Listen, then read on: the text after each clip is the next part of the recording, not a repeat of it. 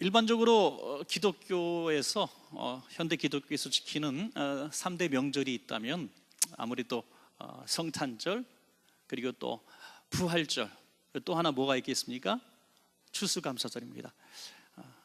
그냥 일반적으로 이 3대 명절을 지키는데요, 쉽게 생각하면 되겠어요. 그 3대 명절에는 꼭 감사헌금을 이렇게 또 드리기도 하죠. 그렇지만 이 세 가지 중에 꼭 하나를 선택해야 한다면 어느 명절을 우리가 더 귀하게 여겨야 되겠습니까? 부활절입니다. 이 부활절이 없었더라면, 부활이 없었더라면 정말 생각해도 끔찍한 일들이 있을 수밖에 없죠. 예수님의 말씀하신 모든 말씀들이 거짓말이 되기 때문입니다. 또 우리의 구원도 없고 또 희망도 없는 그런 모습으로 우리가 전락할 수밖에 없습니다. 오늘 본문에서 오늘 말씀의 제목을 삼았는데요, 어찌하여 살아있는 자를 죽은 자 가운데서 찾느냐? 어찌하여 살아있는 자를 죽은 자 가운데서 찾느냐? 왜 무덤에서 예수님을 찾느냐? 예수님 부활하셨다는 것이죠. 이 말씀은 주일 이른 아침에 예수님의 시신에 향품을 바르려고 여인들이 향품을 준비해서 무덤을 찾았을 때 그 빈 무덤에서 만난 천사들이 했던 이야기입니다. 이 말씀은 오늘 저와 여러분들에게도 또 동일하게 주시는 말씀으로 우리는 생각할 수 있습니다. 왜냐하면 오늘 이 시대에도 예수님을 믿는다고 하고 나는 기독교인이라고도 말을 하고 전통적으로 예배를 드림에도 불구하고 예수님을 그냥 우리에게 좋은 영향력을 끼치신 분, 그리고 과거에 정말 병고침의 사역들 이런 것들을 다 인정하지만 오늘 이 시대에 분명히 실존하시고 살아계셔서 부활하셔서 우리와 함께 하시는 예수님을 잘 발견하지 못하고 오히려 절망하고 쓰러져 있는 죽은 자 가운데서 예수님을 찾는 수많은 성도들에게 주시는 동일한 메시지이기 때문입니다. 그래서 오늘 이 메시지를 오늘 내게 주시는 메시지로 오늘 들을 때에 부활의 기쁨에 우리가 같이 동참하고 또 능력 있는 신앙생활 하게 될 줄로 믿습니다. 자, 크게 두 가지 정도로 생각해 보겠습니다. 첫째는 너희가 어찌하여 살아있는 자를 죽은 자 가운데서 찾느냐 하는 것이죠. 왜 살아계신 분을 죽은 자 가운데서 찾느냐? 죽은 자 가운데서 찾지 마라, 이 말씀이죠. 수많은 사람들이 예수님을 죽은 자 가운데서 찾기 때문에 예수 믿는다고 하면서도 기적을 믿지 않습니다. 절망합니다. 희망을 갖지 않습니다. 부활하신 예수님을 믿는다면 우리는 희망을 가질 수밖에 없는 것이죠. 오늘 향품을 들고 간 여인들이 오직 믿음으로 갔지만은 그 여인들이 예수님의 시신을 도저히 볼 수 없다는 것을 알고 갔습니다. 그들에겐 커다란 두 가지의 어떤 장애물이 있었죠. 첫 번째 장애물이 뭡니까? 바로 이 돌문을 지키고 있는 이 군인들이 있었기 때문이다. 대제사장과 또 바리새인들이 빌라도를 찾아갑니다. 총독이시여, 이 예수란 사람은 죽기 전에 내가 죽으면 사흘 만에 부활하겠다라고 이렇게 막 떠들고 다녔는데, 만약에 예수님의 제자들이 예수님의 시신을 훔쳐갖고 달아난 다음에 예수님이 부활하셨다고 거짓 소문 퍼뜨리면 어떡하겠습니까? 그래서 군사들을 동원해서 좀 지켜주십시오. 빌라도가 듣기에 너무나 한심하지 않아요? 죽은 사람이 어떻게 살아난다고? 아니, 그리고 또 그 겁쟁이 제자들이 무슨 시신을 훔쳐? 말도 안 되는 소리 하지 마라. 그러면서 귀찮은 듯이 얘기합니다. 너희들도 군대가 있지 않냐? 너희들도 종들이 있지 않냐? 너희들이 좀 지켜라 해서 이 대제사장과 바리새인들, 그들의 수하에 있는 건장한 청년들을 불러다가 이 무덤문을 단단하게 지킵니다. 제자들이 훔쳐올 것을 예방하는 차원에서 지켰으니 얼마나 견고하게 지켰습니까? 그리고 또 무덤의 돌문에 임봉까지 이렇게 해놨습니다. 그런데 오히려 이 사건이 예수님의 부활을 더 확실하게 만들어버렸습니다. 나중에 이 돌문이 열려버리고 지키던 자들이 예수님의 부활을 목격을 합니다. 다 도망가서 대제사장에게 이제 그대로 보고를 하죠. 예수님 부활하셨습니다. 그랬더니 뭐라고 합니까?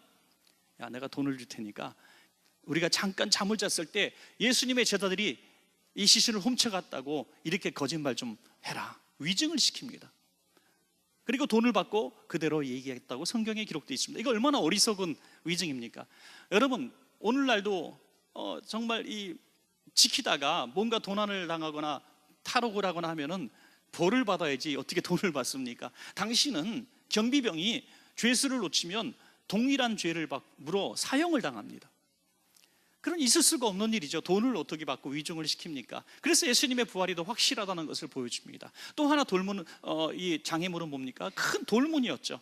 이 여인들의 힘으로는 도저히 열 수 없는 큰 돌문이 있었습니다. 그런데 그 돌문이 열려 있어서 이 여인들은 거침없이 무덤 안으로 들어가서 예수님의 시신이 없는 것을 목격하고 천사들을 만났다는 것이죠. 그 사실 자체가 예수님의 부활을 또 증거해 주는 것입니다. 이런 여러 가지 사건들을 통해서 우리는 예수님의 부활을 볼 수가 있고요. 보다도 설득력 있는 사도 바울의 고린도전서 15장에 메시지들이 있는데요, 한번 거기 살펴보도록 하겠습니다. 고린도전서 15장 4절부터 우리 8절까지 한번 같이 읽을까요? 시작. 장사 지낸 바 되셨다가 성경대로 사흘 만에 다시 살아나사 게바에 보이시고 후에 12 제자에게와 그 후에 500여 형제에게 일시에 보이셨나니 그 중에 지금까지 대다수는 살아있고 어떤 사람은 잠들었으며 그 후에 야고보에게 보이셨으며 그 후에 모든 사도에게와 맨 나중에 만삭되지 못하여 난 자 같은 내게도 보이셨느니라. 부활하신 예수님을 눈으로 본 사람들이 얼마나 많은지 지금 이 성경을 기록한 이 순간에도 그들이 살아있다는 거예요. 가서 물어보라는 거예요. 얼마나 생생한 증언입니까, 여러분? 여러분, 지금도 6.25를 경험한 세대가 살아가고 있어요. 그런데도 불구하고 남침이 아니라 북침을 했다고 말하는 사람들이 있더라고요. 어떻게 그럴 수가 있을까? 위안부 고통을 당한 이 할머님들이 아직도 살아계신데 그런 적이 없다고 발뺌하는 사람들이 있더라고요. 여러분, 살아있음에서도 증언함에도 불구하고 믿지 않는 사람은 할 수가 없습니다. 예수님 당시에 수많은 사람들이 어떻게 부활이 있을 수 있느냐가 말했지만 예수님의 부활을 목격한 수많은 사람들이 살아있었다는, 이게 만약에 거짓이라면, 후대에 기록했다면 그때는 살아있었는데 다 죽었다 이렇게 말하면 설득력이 없잖아요. 그런데 지금도 살아있다, 부활은 사실, 가서 물어봐라. 그 기록된 말씀이 사실이기 때문인 줄로 믿습니다. 여러분, 예수님의 부활이 사실이 아니라면 어떤 일이 벌어질까? 또 사도 바울은 계속해서 이야기합니다. 15장 14절부터 19절까지 또 한번 읽겠습니다. 제가 빨리 읽을게요. 그리스도께서 만일 다시 살아나지 못하셨으면 우리가 전파하는 것도 헛것이요 또 너희 믿음도 헛것이며 또 우리가 하나님의 거짓 증인으로 발견되리니 우리가 하나님이 그리스도를 다시 살리셨다고 증언하였습니다. 만일 죽은 자가 다시 살아나는 일이 없으면 하나님이 그리스도를 다시 살리지 아니하셨으리라. 만일 죽은 자가 다시 살아나는 일이 없으면 그리스도도 다시 살아나신 일이 없을 터예요. 그리스도께서 다시 살아나신 일이 없으면 너희의 믿음도 헛되고 너희가 여전히 죄 가운데 있을 것이요 또한 그리스도 안에서 잠자는 자도 망하였으리니 만일 그리스도 안에서 우리가 바라는 것이 다만 이 세상의 삶뿐이면 모든 사람 가운데 우리가 더욱 불쌍한 자이라. 무슨 말씀하고 있어요? 예수님의 부활은 널리 알려지신 사실이다. 여기서 사실을 증언하고 있고요, 만약에 예수님이 부활하지 않으셨다면 우리의 믿음은 다 헛것이다. 우리의 헌신도 헛것이다. 그리고 세 번째 뭡니까? 만약 예수님이 부활하지 않으셨으면 우리가 열심히 신앙생활 했지만 구원받지 못할 것이니 우리가 헛된 고생을 한, 어찌 보면 불신자들보다 더 불쌍한 사람이다. 여러분, 그렇지 않아요? 만약 예수님이 부활이 없고 천국이 없다면 우리가 딱 죽었는데 천국이 없어. 의식도 못하겠지만 하여튼 천국이 없어. 진짜 억울하고 분해서 천국 변호사를 고용해서 예수님께 소송을 걸 것 같아요. 그죠? 정말 내가 예수 믿느라고 얼마나 많이 희생하고 이 좋은 주일날 아침에 부활절인데 산도 안 가고 낚시도 안 가고 운동도 안 가고 이렇게 교회 와서 예배, 이 계란 2개 이상한 거 받으려고 내가 이 짓을 했구나. 좀 예쁘긴 하지만 하여튼 이 계란 2개 받으려고 내가 이렇게 주일날도 나왔구나. 얼마나 억울하고 분하겠어요. 그런데 그럴 일이 없습니다. 예수님 부활하셨고 천국이 있기 때문입니다. 할렐루야. 마지막 두 번째는 이 말씀이 무슨 뜻이냐면 이제는 부활하신 예수님을 만나라, 찾으라 이 말이에요. 예수님 무덤에 있지 않고 부활하셨으니까 거기서 찾지 말고 살아있는 자들 가운데서 찾아라. 너희보다 먼저 갈릴리로 가셨다 이 말씀인 것입니다. 예수님 찾는 비결이 있어요. 어느 성경에 천사가 말한 이 말씀한 비결이 너무나 귀합니다. 첫 번째 비결은 예수님 말씀을 기억하면 부활하신 예수님을 만날 수 있다고 합니다. 누가복음 24장 6절에 갈릴리에 계실 때 너희에게 어떻게 말씀하셨는지를 기억하라. 뭐라고 말씀하셨습니까? 9장 22절에 이르시되 인자가 많은 고난을 받고 장로들과 대제사장들과 서기관들에게 버림받아 죽임을 당하고 제3일에 살아나야 하리라. 이 여인들이요, 예수님의 말씀을 기억하지 못한 순간에는 죽은 자 가운데서 무덤에서 예수님 시신을 찾았습니다. 동산지기를 볼 때에 선생님, 예수님 시신을 당신이 좀 옮겼으면 우리에게 말씀해 주세요. 우리가 가져가겠습니다 하고 막 사정을 해요. 예수님이 문이 열리고 천사를 만났고 예수님 시신이 없어졌더라면 혹시라도 만에 하나라도 부활하신 것은 아닐까라고 생각했어야 했습니다. 그런데 그런 생각은 1도 하지 않았다는 거예요. 왜? 예수님의 부활을 전혀 기대하지 않았다는 겁니다. 그래서 기억하라. 무슨 말씀? 예수님께서 내가 사흘 만에 부활을 하리라. 그 말씀을 기억하는 순간 그들에게 부활이 믿어진 줄로 믿습니다. 여러분, 말씀 우리에게 믿음을 주는, 우리가 살아가면서 주님의 많은 기적과 이사들이, 우리 곁에 계신 증거들이 우리 삶 가운데 있습니다. 그런데 우리는 우연한 일이라고 생각하고요, 절망 가운데서 이건 당연한 일이라고 생각을 합니다. 그러나 주님의 말씀, 기록된 말씀들에서 우리는 증거를 찾는다면 우리는 이 모든 일어나는 상황들, 내게 일어나는 모든 순간 일들이 다 하나님의 말씀 안에서 일어나는 것을 우리가 깨닫게 되고 주님을 의지하는 삶을 살게 될 것입니다. 또 하나는 예수님 부활을 확인하라. 너희보다 먼저 갈릴리로 갔다 너희를 만나 주실 것이라는 거예요. 이제 예수님을 만나기를 소망하라는 겁니다. 여러분, 예수님 부활하신 것을 우리가 믿으십니까, 여러분? 그렇다면 그 부활하신 예수님을 나도 만나야 되지 않겠습니까? 그걸 희망하라는 거예요. 지금 예수님이 안 계신 것 같고 내가 신앙생활 정말 억울하게 하는 것 같으면 하늘을 향해서 한번 소리치라는 말이에요. 하나님, 당신 정말 계십니까? 하나님 계시면 내가 왜 이렇게 힘든 일을 겪어야 됩니까? 정말 저는 이해할 수 없습니다 하면서 하나님 앞에 울부짖어 보란 말입니다. 도마처럼 말이죠. 내 손가락으로 주님 몸에 손가락을 넣어보지 않고 믿지 않겠습니다. 좋으신 주님은 사모하는 자를 만나 주십니다. 여러분, 사모하는 자를 만나 주시는 거예요. 그래서 간절히 주님을 찾는 자를 만나 주시는 것입니다. 오늘 이 부활의 아침에 특별히 절망 가운데, 고통 가운데 계신 분이 있더라면 오늘 여러분들 특별히 주님을 간절히 찾아서 부활하신 주님, 여러분 옆에 실존하여 함께 계신 주님을 꼭 만나시기를 축복합니다. 마지막 세 번째는 성령님을 의지하라. 성령님을 의지하라. 성령은 깨닫게 하시는 영이십니다. 믿음은 깨달음이에요. 선물입니다. 믿으려고 애써서 믿어주시는 것이, 우리 자녀를 위해서 기도할 때도 사춘기를 겪고 대학에 들어가면 많은 청소년, 청년들이 교회를 떠납니다.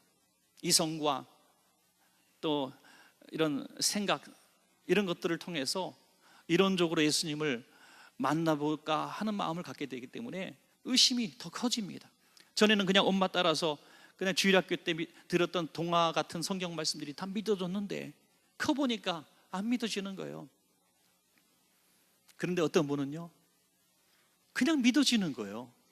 그분이 세상에서 부족한 사람이 아니고 못 배운 사람이 아닌데 예수님이 믿어지는 거예요. 예수님 말씀으로 천지창조하신 것이 믿어지고 부활하신 것이 믿어지고 천국과 지옥이 믿어지는 것입니다. 이 믿음은 성령님의 선물입니다. 감사해야 되는 거예요. 감사. 그래서 우리는 구원받지 못한 자들을 위해서 기도할 때, 자녀들을 위해서 기도할 때 어떻게 하면 말씀을 가르치고 이런 것도 다 훌륭하지만 정말 중요한 것은 우리의 눈물의 기도입니다. 성령님, 강하게 역사해 주셔서 저의 마음을 움직여 주십시오. 강하게 역사해 달라고. 누가복음 24장 31절에 보니까 그들의 눈이 밝아져 그인 줄 알아보더니 예수는 그들에게 보이지 아니하시는지라. 그들이 서로 말하되 길에서 우리에게 말씀하시고 우리에게 성경을 풀어주실 때 우리 속에서 마음이 뜨겁지 아니하더냐. 엠마오로 내려가던 제자를 만나주신 예수님이 성경을 말씀하실 때, 또 떡을 떼실 때 두 가지 현상이 일어나죠. 하나는 눈이 밝아졌어요. 눈이 밝아져 영의 눈이 떠지니 예수님이 보이는 거예요. 우리 육신의 눈으로는 주님을 볼 수 없지만 영의 눈을 뜨면 성령님의 도우심으로 실존하시는 우리 주님이 보여지는 것입니다. 여러분, 주님이 느껴지는 거예요. 주님이 나를 만지고 계심을 우리가 알게 되는 것입니다. 그리고 이 모든 깨달음을 통해서 이제 예수님이 우리 마음속에 뜨거움을 주시는 것을 경험할 거예요. 내 마음이 불같이 타오르는 겁니다. 막 뜨거워져요. 사명이 재발견되어지고 충성하게 되고 감사하게 되고 내가 어떻게 살아야 될 것인가 사명이 분명해지고 마음이 뜨거워지는 것입니다. 여러분, 부활하신 예수님을 만난 사람은 이 세상의 삶보다도 천국의 삶을, 내 영원한 삶을 더 사모할 수밖에 없는 것이죠. 왜? 마음이 거기에 가 있기 때문입니다. 뜨거워지기 때문인 것입니다. 한 가지 예만 드리고 말씀을 맺을게요. 성다싱은 인도의 성자라 그러죠. 그런데 이분이 인도에서 태어났는데 아주 부유한 집안에서 태어났습니다. 그래서 이제 그 미션 스쿨 영국계 학교에 이제 다니게 되는데 10대 때 거기서 성경을 배웠는데도 그 집안은 전통적으로 시크교에 굉장히 심취했어요. 시크교는 시크하지 않습니다. 그래서 시크교에 심취가 되어 있었는데, 이건 이제 이슬람교와 힌두교의 혼합 종교인데 세계 5대 종교 중에 하나입니다. 그러니까 굉장히 많은 종교인들이 있는데, 우리는 잘 생소하지만요, 그 지역만의 종교일 수밖에 없기 때문에 시크교에 심취돼서 선교사님들을 조롱하고 또 기독교인들을 또 박해하는 일에 앞장서죠. 더 성경을 배운 지식을 가지고 더 기독교인들을 공격합니다. 그러던 그가 어머니의 죽음과 심각한 정신적 우울증, 이런 고통을 겪습니다. 삶을 제대로 살 수가 없어요. 그래서 두문불출하고 집안에 있다가 결국 자살을 결심합니다. 그리고 어떻게 죽을까 생각하다가 묘안을 하나 떠올렸는데, 그래, 달리는 열차에 뛰어들면 제일 깨끗하게 죽겠구나라고 결심을 딱 굳힙니다. 달리는 열차에서 죽으려고 할 때 성령님이 강권하여 그를 만나주시고 음성을 들려주시는 거예요. 기독교를 대적하는 시크교에 심취되어 있던 그를, 정신적인 질환 속에 사로잡혔던 그를 성령님이 직접 찾아가 주셔서 만나주셨습니다. 그래서 그는 예수님을 믿게 됩니다.